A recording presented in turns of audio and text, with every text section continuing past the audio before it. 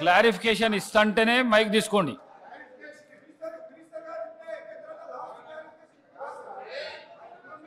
ఒక్క నిమిషం ప్లీజ్ ఒక్క నిమిషం ప్లీజ్.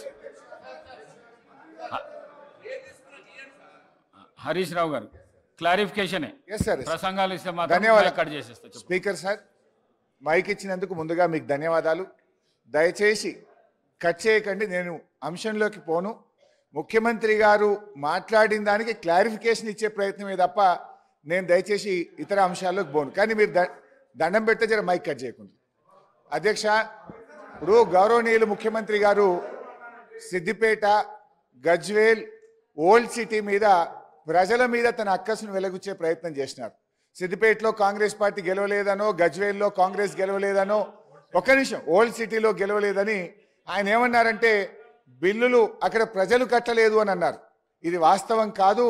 అక్కడ ఏదైనా ఒక లిఫ్ట్ ఇరిగేషన్ ప్రాజెక్టుదో ఒక ఇండస్ట్రియలిస్ట్ ఎవరైనా కట్టకపోతే ఇవాళ మీరు ప్రభుత్వంలో ఉన్నారు కనుక మీరు ఆ బిల్లులు వసూలు చేయండి తప్ప మొత్తం ఆ నియోజకవర్గ ప్రజల్ని బదనాం చేసే విధంగా మాట్లాడడం సబబు కాదు అని మీ ద్వారా విజ్ఞప్తి చేస్తున్న అధ్యక్ష.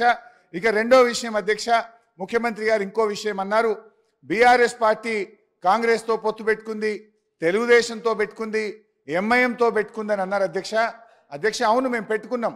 నిజంగా టీఆర్ఎస్ పార్టీ ఆ రోజు 2004లో కాంగ్రెస్ పార్టీతో పొత్తు పెట్టుకొని మీరు తెలంగాణ ఇస్తామని కామన్ మినిమం ప్రోగ్రాంలో పెట్టి రాష్ట్రపతి నోట చెప్పి మీరు మోసం చేసిండు కనుకనే మిమ్మల్ని వదిలిపెట్టి ఆ రోజు తెలుగుదేశం పార్టీతో పొత్తు పెట్టుకున్నాం అధ్యక్ష.